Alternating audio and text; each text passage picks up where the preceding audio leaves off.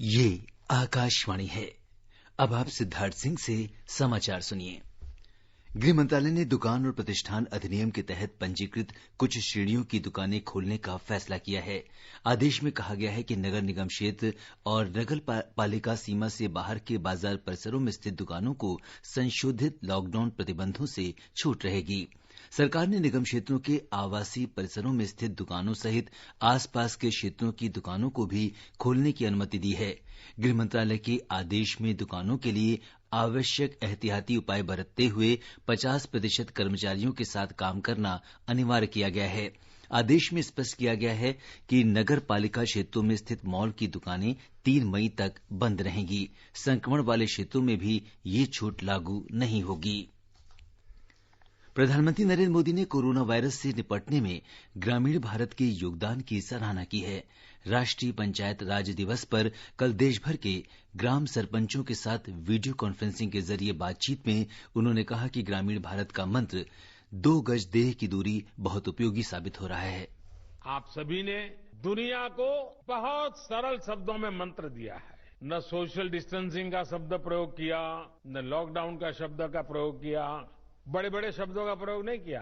आपने सिंपल सा मैसेज दे दिया 2 गज दूरी का, या कहें 2 गज देह की दूरी का। इस मंत्र के पालन पर गांवों ने बहुत अद्भुत काम किया है।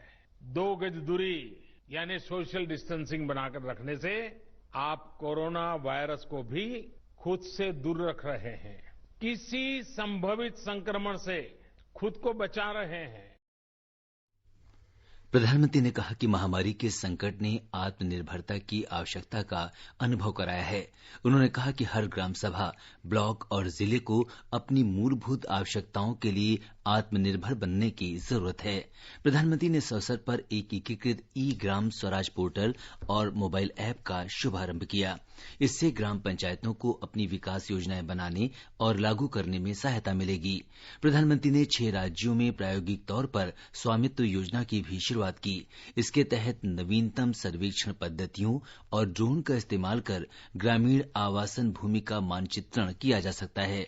प्रधानमंत्री ने कहा कि इस योजना से ग्रामीण क्षेत्रों में नियोजन तथा राजस्व संग्रह को सुचारू बनाने और संपदा अधिकारों पर स्पष्टता सुनिश्चित करने में मदद मिलेगी। प्रधानमंत्री ने ग्रामीणों से अपील की कि वे आरोग्य सेतु ऐप डाउनलोड करें। उन्होंने पंचायत प्रतिनिधियों से कहा कि वे ये सुनिश्चित करें कि उनकी पंचायत का हर व्यक्ति इस ऐप को डाउनलोड करे। केंद्रीय स्वास्थ्य मंत्री डॉ हर्षवर्धन ने हालात को नियंत्रण में रखने के लिए राज्यों की भूमिका की सराहना की है। कल राज्यों और केंद्र शासित क्षेत्रों के स्वास्थ्य मंत्रियों के साथ एक वीडियो कॉन्फ्रेंस में डॉ हर्षवर्धन ने कोविड-19 के खिलाफ तैयारियों और जन स्वास्थ्य उपायों की समीक्षा की। डॉ हर्षवर्धन ने कहा कि वैश्विक महामारी के खिलाफ लड़ाई अब 3.5 महीने पुरानी हो चुकी है और रोकथाम और नियंत्रण के साथ इसके प्रबंधन पर राज्यों के साथ सर्वोच्च स्तर पर निगरानी जारी है।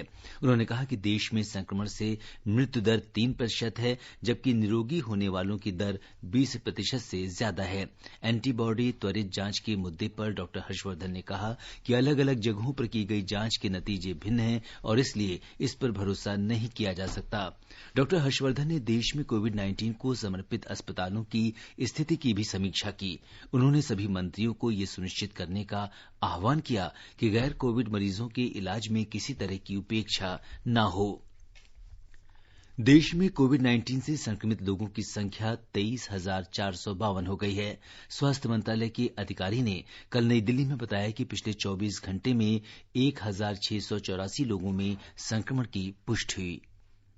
कल से आज तक में 491 लोग क्योर हुए हैं, विच टेक्स की हमारी जो टोटल क्योर होने वालों की संख्या को 4,748 लेके जाती है। इसके द्वारा हमारा रिकवरी रेट अब अप्रोक्सीमेटली 20.5% है। यह हम सब लोगों के लिए एक बहुत ही पॉजिटिव न्यूज है। इसी तरीके से पिछले 28 दिनों में जिन जिलों से कोई केस नहीं आया है, उसकी संख्या में भी बढ़ोतरी हुई है। इसके तहत इन जिलों की संख्या 15 हो गई है और नए जो जिले ऐड हुए हैं उसमें छत्तीसगढ़ से दुर्ग और राजनांदगांव और मध्य प्रदेश से शिवपुरी जिला है। गृह मंत्रालय के अधिकारी ने बताया कि अहमदाबाद, सूरत, हैदराबाद और चेन्नई के लिए अपर सचिव स्तर के अधिकारी के नेतृत्व में केंद्र के विभिन्न मंत्रालयों की 4 अतिरिक्त टीम बनाई है। कोविड-19 के संक्रमण की स्थिति को देखते हुए आज गृह मंत्रालय ने 4 और इंटर मिनिस्टीरियल सेंट्रल टीम्स का गठन किया है, जो अहमदाबाद, सूरत, हैदराबाद और चेन्नई भेजी जा रही हैं। ये टीमें भी भारत सरकार के एडिशनल सेक्रेटरी लेवल अधिकारियों द्वारा लीड की जा रही हैं। इनमें पब्लिक हेल्थ के स्पेशलिस्ट और डिजास्टर मैनेजमेंट के स्पेशलिस्ट हैं। गृह मंत्रालय के अधिकारी ने कहा कि मध्य प्रदेश के इंदौर में भेजी गई केंद्रीय टीम ने बताया है कि शहर में 171 कंटेनमेंट जोन हैं, जिनमें से 20 संवेदनशील हैं। टीम ने मऊ के हॉटस्पॉट कंटेनमेंट जोन का दौरा किया। कॉन्टैक्ट ट्रेसिंग और एक्टिव केस स्क्रीनिंग में जो सर्वे टीम्स कार्यरत हैं, उनके साथ विस्तृत चर्चा की। टीम ने पाया कि किट्स, पीपीईज, मास्क और अन्य सेफ्टी इक्विपमेंट पर्याप्त मात्रा में उपलब्ध हैं। हेल्थ इंफ्रास्ट्रक्चर और हेल्थ प्रोफेशनल्स की सुरक्षा भी सुनिश्चित की जा रही है। लॉकडाउन का भी अनुपालन ठीक ठाक है। इसके अलावा टीम ने दिव्यांगजनों के लिए स्थापित centre, quarantine centres, health centre, dedicated Covid hospital, PDS की दुकान, माइग्रेंट कैंप्स इत्यादि का भी दौरा किया। ये समाचार आकाशवाणी से प्रसारित किए जा रहे हैं। उत्तर प्रदेश के मुख्यमंत्री योगी आदित्यनाथ ने घोषणा की है कि दूसरे राज्यों में फंसे राज्य के प्रवासी श्रमिकों को जारी लॉकडाउन में चरणबद्ध तरीके से वापस लाया जाएगा। राज्य की कोविड-19 प्रबंधन टीम 11 के साथ बैठक में उन्होंने कहा कि जिन श्रमिकों ने 14 दिनों की क्वारंटीन अवधि पूरी कर ली है, उन्हें उनके मूल शहरों में वापस लाया जाएगा। तमिलनाडु सरकार ने चेन्नई, मदुरई और कोयम्बटूर निगम क्षेत्र में कल से 4 दिन का पूर्ण कर्फ्यू घोषित किया है। सलेम और तिरुपुर निगम क्षेत्र में भी कल से 3 दिन के लिए पूर्ण कर्फ्यू रहेगा। कल राज्य में 72 लोगों में कोरोना संक्रमण की पुष्टि हुई, जबकि 114 लोगों को उपचार के बाद अस्पताल से छुट्टी दे दी गई। गुजरात में कोविड-19 से संक्रमित लोगों की संख्या कल 2815 हो गई। राज्य में कल 191 लोगों में कोरोना संक्रमण की पुष्टि हुई, जिनमें 169 अहमदाबाद से हैं। राज्य में पिछले 24 घंटों में कोरोना वायरस से 15 रोगियों की मौत हो गई। अहमदाबाद में ही 14 लोगों की मृत्यु हुई है। हिमाचल प्रदेश सरकार दूरदर्शन और आकाशवाणी के माध्यम से छात्रों को घर पर शिक्षण सुविधाएं उपलब्ध कराने पर जोर दे रही है। कोविड-19 महामारी के दौर में राज्य सरकार इन सुविधाओं पर ध्यान केंद्रित कर रही है, जिससे छात्रों को लॉकडाउन से नुकसान न हो। इसके लिए राज्य सरकार ने दूरदर्शन शिमला पर हर घर पाठशाला कार्यक्रम शुरू किया है और साथ ही आकाशवाणी शिमला पर शिक्षण कार्यक्रम शुरू करने पर विचार कर रही है। भारत और संयुक्त अरब अमारात ने कल कोविड-19 के खिलाफ वैश्विक संघर्ष स्थिति की समीक्षा की। विशेष रूप से एशिया के संदर्भ में विचार विमर्श किया गया। दोनों देशों ने कोरोना संक्रमण से निपटने के प्रयासों की समीक्षा की।